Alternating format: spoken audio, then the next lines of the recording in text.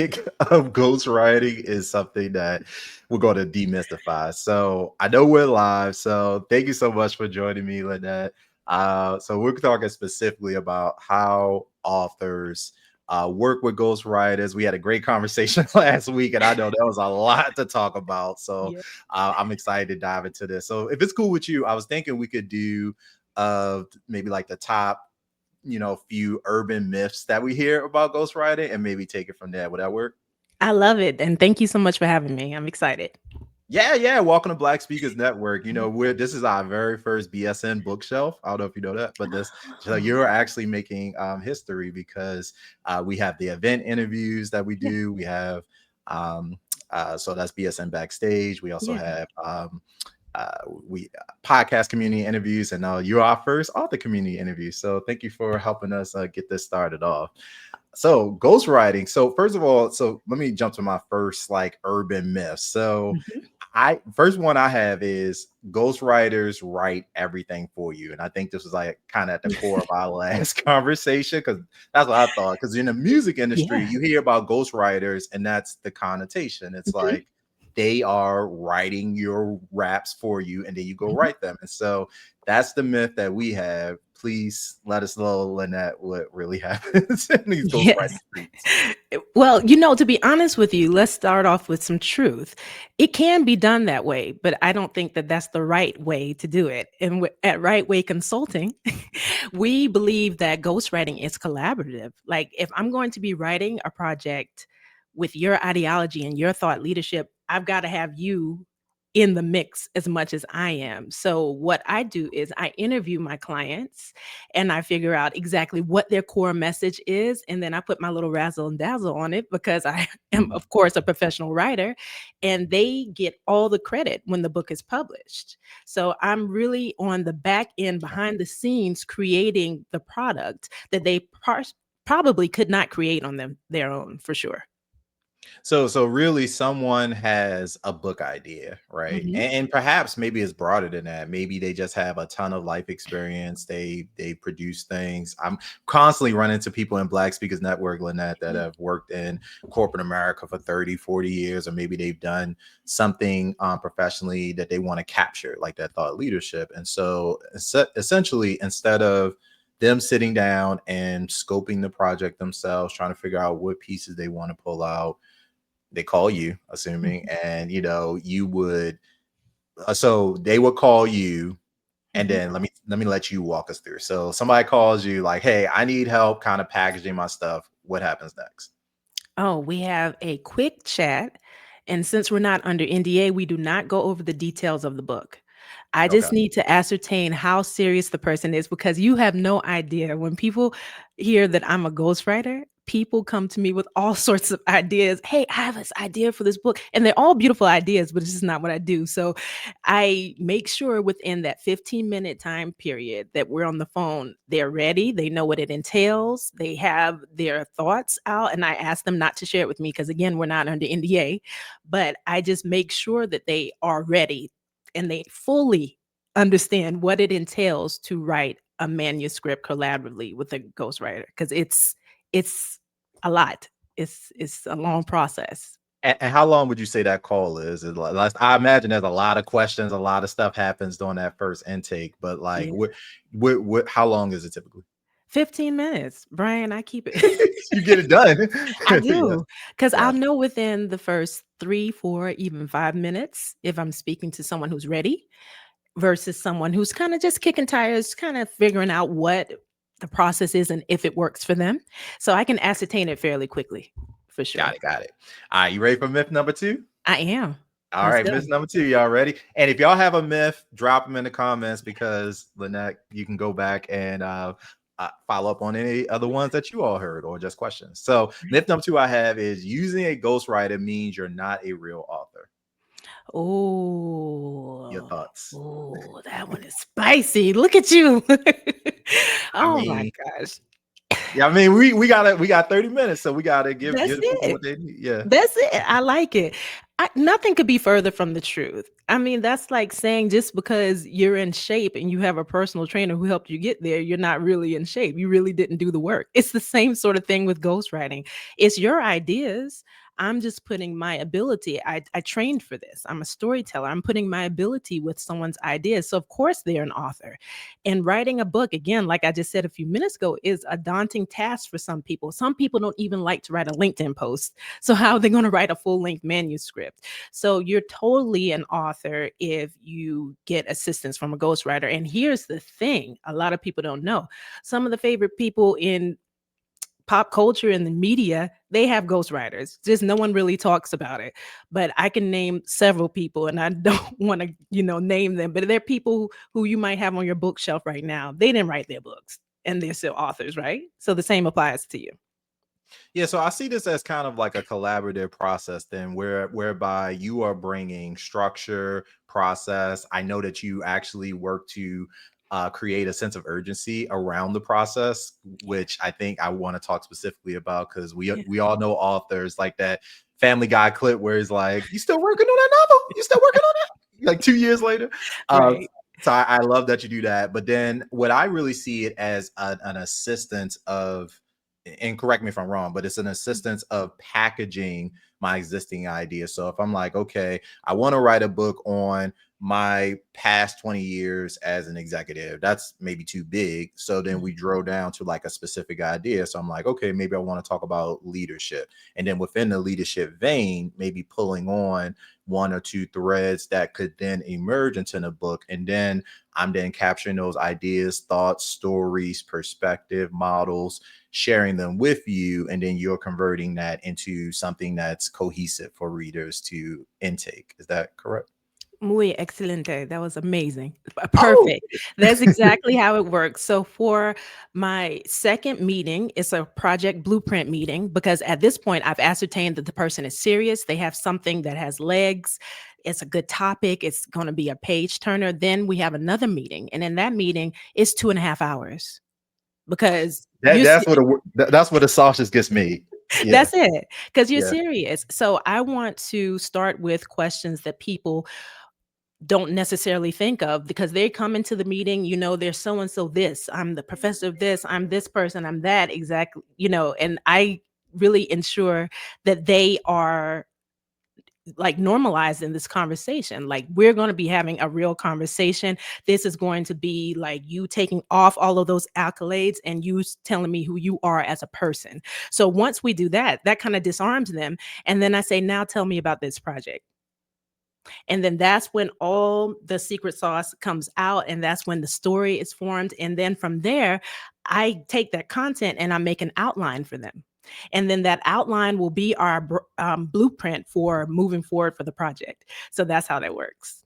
That's pretty cool. I First of all, I imagine you could probably just as easily be on this side of the microphone and that because I imagine you, in order to get great answers from your authors, you have to ask great questions. And so I wish I could be a fly on the wall for one of those sessions because I can only imagine how you're able to dive in. And it's like I feel like it's distilling, almost like mining for information. Some people probably Mhm. give it willingly, but some people, Mhm. I'm sure you have to ask some, you have to get deep into the weeds to distill some of those insights, right?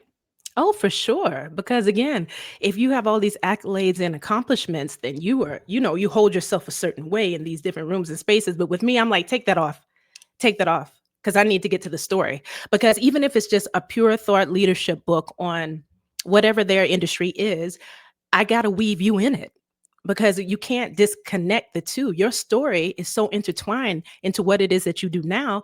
I got to get rid of all the fluff so I can get to the stuff. I really do. I have to get there. So when we are in this zone and we're locked in, I get my best pieces from that because keep in mind when I'm doing this outline, it's going to be the actual flow of the book. These are the chapters. These are Right. the little nuancy things. Like I had one of my clients, I told her we're going to have journal prompts in this. And she was like, what?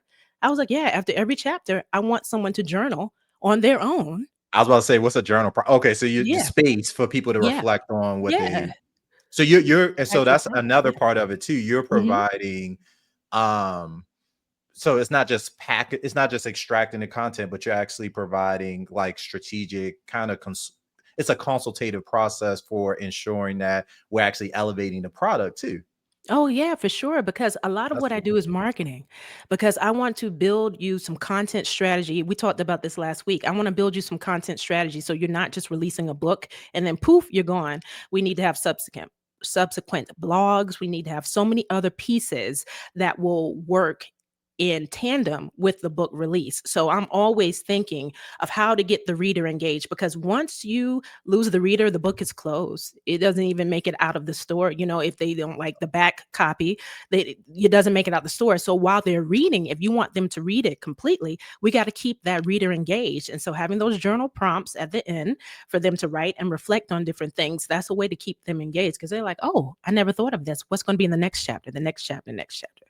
That's brilliant. I see, Lynnette. See, this is why I wanted to talk to you. I knew you were the first person to put on BSN Bookshelf, like, and we're not disappointed. Even the folks that are watching live, she's saying, Letitia Wilson said, journal prompts are great reflective practices. Yes, I agree 100%. All right, so are you ready for miss number 3? I'm ready. And it's my All right. favorite number. So let's go. For anybody that's just jumping into the conversation, so we covered 2 Mhm. myths so far. So we Yes. talked about myth number 1. Oh, the last myth was number 2 was Yes. using ghostwriter means that you are not a real author, and you dispelled that. And then Mhm. we also talked about the first myth, which is ghostwriters write everything for you. And we've already been talking about how collaborative of a process this is. And so I feel like I'm learning a lot. Hopefully you guys are too. So if you are, drop it in the drop me in the comments or drop Mythbusters, drop something. Let us know you're Drop watching. something. Yes. Okay. All right, so myth number 3, I kind of want to skip because it's not a real myth, because it says ghostwriting is only for celebrities or executives. I Mhm. thought, clearly you mentioned some high level names that will use ghostwriting, and I think that's part of the mystique, right? I think sometimes when we think about certain industries, whether it's legal or certain types of healthcare, sometimes we just think that certain services we may be just locked out of because of no we haven't heard of anybody that's used it, or maybe people of certain social economic classes or whatever. But Mhm. what I'm hearing is that anybody could use Ghostwrite. Now obviously it's a paid service, so we Yeah. got to be maybe strategic of when is the best time to deploy it, but this is Mhm. not something I feel like is just for celebrities, correct? Right. And I think that myth number 3 doesn't need to be thrown away. That's very important, because it's all about accessibility, right? There's so many different things that we know exist in this world, but we think that it's not going to exist for us, but it can, because there's so many different levels to this. Like I know someone who writes, typically the way that I charge, and we probably will get into this later, but I do want to touch base on this, is I charge per word. Now, within that range, some people, I know someone who charges 15 cents per word, and then some people, they go as high up as $2.50 per word. So that goes to show you that with an industry that has such a wide range, there can be a wide range of clientele. So ghostwriting is easily accessible. It's not something that's just exclusive to those who, make whatever you based on your budget, you can find a ghostwriter to help you. And there's even some ghostwriters out there who are using AI, and they're getting your ideology, your ideas, putting it into AI, getting it to spit out some copy, and then they copy edit the heck out of it, or they should. Ask them, make sure they are. And then they'll go ahead and put that into a book. That's not Can, can necessarily how I do. Yeah, go ahead, Can you please. touch on copy editing, what that is? Oh, yeah, Like sure, different sure. from, yeah, how it's separated from just proofreading and all that. Yeah. Yeah, for sure. Very good question. And thank you for stopping me, because I get to go and I get excited. I just It's assume. cool. That's why that's why we're doing it. Yeah. So copy editing is taking the content, written content, which is known as copy, and we make it sound like the person who we're writing for. So it's in terms of phrasing, cadence, um, tone, just all those different elements that make up someone's specific writer's voice. We make that content sound like them. So that's what copy editing is. So if someone says that they're going to use AI to write your book, and they take it directly from the model and put it in your manuscript, they're not the ghostwriter for you. They need to zhuzh it some. They've got to spice it up, or they should just be doing it from their brain. But I just only brought up the AI part of it to let you know that there's a wide range of different professionals who do this differently. And it is definitely accessible for any budget. Yeah, I imagine. So, first of all, two things. One, thank you. Well, three things, I guess. One, thank you for the explainer. Two, I love the word zhuzh. I don't know how you spell it, but it should be in our everyday lexicon, I think, and Right. more. It should be more frequently used. And then number three, yeah. So, I think that, okay, in my mind, when I think about this process, when someone has, well, I guess maybe I have a question and then maybe attack onto this. So earlier you spoke about word count and pricing. So Mhm. when we think about specific, so how do most people approach a project? And because I don't even know how many words a standard book is, or should people be writing or is that driven by like a genre? Like I'm sure, science fiction versus a thriller versus an anthology, like different book formats may have, I guess, a different lengths or target lengths, I guess. So how do people even approach that? Like how would an author know how many words their book would be before they write it? I guess is my question too. Very good question. And it is quasi specific to the exact genre that they're writing. Like, for instance, I'm nonfiction. I've written for film and TV script wise, but I don't do fiction books for clients. I do nonfiction. I write books for individuals who want to use their books as tools. Maybe they want to get on the stage, become a member of BSN. They want to, further their brand. They want to get more media opportunities. So that's my lane. So, with regards to that, a standard book is 40,000 words. So nonfiction book, thought leadership book is 40,000 words. Now, if you want to do a little bit lower, you can do 20,000 to 40,000 words. The range is up to you. But I ascertain the total word count, based on that outline that I've created. So when I've met with them in the project blueprint meeting, if they are just giving me so much that I have to distill down to about 8 to 10 chapters, then I can kind of give them an estimate of how many words that project will be. That makes a lot of sense. That makes a lot of sense. I feel like I feel like you have a lot of systems and tools and processes in place to keep this process. I feel like on the back end, it's so tight. Like it's almost like you probably, I would love to visit one, but it reminds me of a vehicle manufacturing plant where there's like a very specific, like you start with all these raw materials, Mhm. aluminum, steel, airbags, blah, blah, blah. And depending on how efficient your manufacturing process is, machinery, one thing goes Mhm. before other, how you sequence these steps, you can crank these out relatively quickly. You and I talked about your production time for an average project, and I believe you Mhm. said projects don't go beyond that 8-week mark. Did I get that right? You very close, 8 month. 8 months. Just kidding. Mhm. Okay, Yeah, 8 months. Yes, very that close. that feels more correct. So Right. so basically, and that's the upper limit, right? Or is that the I would minimum? say 6 to 8 is the Okay. range, and you're right, 8 would be upper when it comes to me, but I know some people who have done projects for a year, and then some who I don't know how this happened, 7 years. I'll never forget, I met a woman, and she was telling me about her project. She was like, "Yeah, I wanna start a new one, but I guess I should finish the first one first. I've been working with the same ghostwriter for 7 years." I said, "Excuse me? Excusez-moi, s'il vous plaît?" Ooh, No. while you're on that, myth number 4 was all ghostwriters do the same thing. So you might be Right. able to put that in. Right. See, I run my operation not like a drill sergeant, but a friendly one. The one who's gonna make sure that you stay on task, because my purpose in writing the book for you, and I always ask this, is what is the author's intention? But my purpose is for you to get published. We're not gonna be, this isn't there. No disrespect. This isn't therapy. Sometimes we will get deep, but I'm not a certified counselor. I am a businesswoman. I'm a writer. So I want you to get your project out. I want you to make money from your investment, because that's what it is, Brian. Working with me is an investment. So I want you to get money from that. I want you to start booking the media outlets that you want to be on, the podcast, the speaking events. I don't want us to, just be in conversation saying, "Oh, I'll get to the draft next week." No, everything is regimented. I do milestones.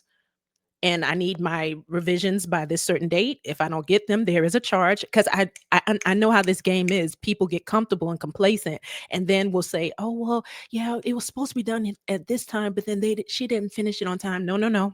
We're not gonna do those games. So I make sure it's regimented and it's on time. We stay I on love it track. because that's the only way to get product through the finish line. And so, people, to your point, left to our own devices, the book dies in you. It could. You run the risk Yeah, of that.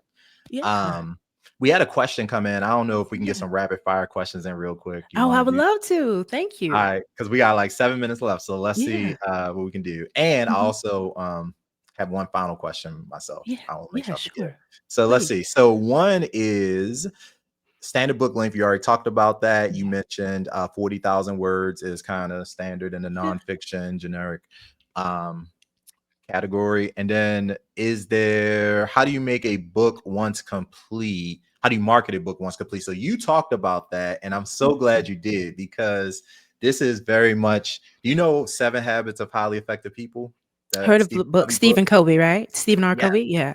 He I has heard a of it. Yeah. chapter in there. It's one of my favorite, begin with the end in mind. That's actually came up on one of my Yes. calls yesterday. Yes. Somebody read it. So I was like, yeah, that's Mhm. great. Yes. So you begin with the end in mind. Mhm. I feel like, from a marketing perspective, because often, people, I think, get trapped when they write the book and they're like, oh crap, I got a book. How do I Mhm. sell it? And you start with, okay, who's going to buy it, and work backwards. Is that fair? To Yes. characterization? Okay. 100%, because, and I'm glad that you said that, start with the end in mind, because you've got to reverse engineer a plan. And so, what I tell people is start writing wherever, even if it's just your writing right now, start writing wherever. And I always say that LinkedIn is that incubator space for you to test out your content and your copy to see how it resonates. Because a couple things will happen when you get active on LinkedIn, or it could be an Alignable, or wherever you want to do social media. You begin to get comfortable with the written word in your writer's voice. So I help people establish their writer's voice, because some people, I read someone's content, I'm not going to say their name, but they're a multimillionaire, and it was one step above being inarticulate. That's what his writing was. But here's the thing, his people like him and they get it. If Mm-hmm. I had him as a client, I would refine that. We could still speak very colloquial for you, but let's get it tight, because you're also a professional. You're a multimillionaire. But I was shocked, and he paid it. He didn't care. He posting wherever, just the way as is. And I like that. I admired that. So stop getting in your head. Just start posting, and then as you get closer to the book, once we figure out what your publication date is, then we'll reverse engineer, like I said, and we'll do some different milestones. Let's start with the blogs, SEO blogs, not regular blogs, SEO blogs. So that way the Google crawler can pick up your content. But you've got to start seeing yourself as an authority. So your book will be authoritative. I need a mic, like a fake mic that I can just drop, like just like hold it. There's one up there. I think I'm gonna use it, but that's like a trophy. I don't want to use that. Yeah. Okay, that's so good. Okay, we got a few minutes left. Is Okay. there anything? First of all, just we got to do a part two, because I have like 17 more questions, not specific to ghostwriting, specific, because I feel like I now have a great understanding of what ghostwriter is. We crushed through those myths, and you Yes. clarified those. To everyone that watched live, thank you for your live questions. We're going to be doing BSN Bookshelf on a continuous basis. So if you love this segment, please make sure you like, share, subscribe, let us know so we can keep doing this. Or if you want a part two on a ghostwriting, if you want a specific topic that we didn't touch on today or we didn't have time to get to, make sure you drop that in the comments as well on whatever platform you're watching on, so that we can spin up those topics for you, because we would love to do that. Mm-hmm. Now, my last question was around intellectual property. Mm-hmm. Are there any IP concerns when you're using a ghostwriter? Do you fully own the content? Is there like an asterisk next to that? Like, how does that work? Oh, thank you so much for that thoughtful, insightful question, because I know a lot of people have a concern for that. So, if I'm writing a book for you, Brian, and I know that you're already um, a best-selling author, but if I was writing your second or third title, whatever it is, that is yours. You keep the IP. I'm just simply doing the service. And I have a very in-depth contract that I had a lawyer make. And I also have an NDA a lawyer made. And it states that all of that is yours. That's why you pay me so much up front because you keep everything. It has nothing to do with me. I'm the service provider, the creative service provider. So there is no legality with regards to whose IP it really is. Now, what I'm going to start doing based on who the person is and their level, I'm going to probably work in some residuals because some of the books that I've written are bestsellers. And I would love to get a residual check from that. You know what I'm saying? But even That's still, smart. that's Yeah, right. That has nothing to do with the intellectual property that the author owns. I'm just the guide to help them get there. love it. Okay, listen. I want to get you. I want to pay you some residuals. I would not mind paying you some residuals if we got a bestseller. Yeah, I'm, Right. I'm fine with that. Right. Lynette, thank you so much for joining us. BSN Bookshelf. Y'all make sure y'all follow Lynette. Can you let folks know where to connect with you, or if folks want to reach out to ask more questions, or find out more information? For sure. So the best place to get me right now, because I'm on there a lot, is LinkedIn. And it's just my name. It's Lynnette René Doby. And sidebar, I go by Lynnette René Doby, my full government. I know people like, why do you do that? Because there's another Lynnette Doby in Atlanta. I'm not lying. And she spells her name the same exact way, her first and her last name, just like me. So to avoid that, I'm Lynnette René Doby on in LinkedIn, not Instagram. I was on Instagram, but I'm not active. But LinkedIn for sure. And also you can go to www.write, WRITE, way consulting, spelled right, inside Yes. joke, .net. So they can just hit me up there. And also I'm on YouTube. I have some YouTube videos. I feel like I'm better when I'm speaking to someone, but y'all please go check out my YouTube. They're fun. I just talk about information from the perspective of becoming a professional writer because I do coach emerging writers predominantly that look like you and I. And then also I have content about people who aspire to be authors. So definitely check it out. It's the YouTube channel is the same name as the company, Right Way Consulting. First of all, those middle names be coming through clutch. I'm so happy that my middle name is James. I'm named after my grandfather. Nice. Renee is a beautiful middle name, and it has the accent and everything. So, do you know Yeah. who are you named after? In someone in your family as well? No, it's weird. Like my cousin does have the middle name Lynette, but my mother was like, it just came to me. And then the Renee, I like it because it's the masculine French spelling. It's not the feminine. So I was like, that's just so weird. And then Oh, my sister ended up moving to France when I was younger. So it's just some synchronicity that I probably don't know about, but no, I don't know for sure. that's cool. But yeah, you got Yeah. that. That's you are unique. So you got that Yeah. branded all the way across. And I do the same thing. Brian J. O's to always try to keep Yeah. or at least the Brian J. Old, Right. because there are lots of Brian Olds. And I'm like, what? I thought that was so unique. Right, It ain't. right, So exactly. That's how I felt about Dobie. Come on, y'all. How many Dobies do y'all know? And she lives in ATL. I was like, what? yeah. It's crazy. Somebody tag her if y'all know her in the Right, comments so we can be right. on. Hello, Somebody other go find. Lynette. We should do. Right, Y'all should collab or do a bit. All right. right, right. Thank you so much. We're Oh, done. thank Y'all you. have a great rest of the day. And as Yes. we always say, Black Speakers Network, keep speaking up because your audience awaits.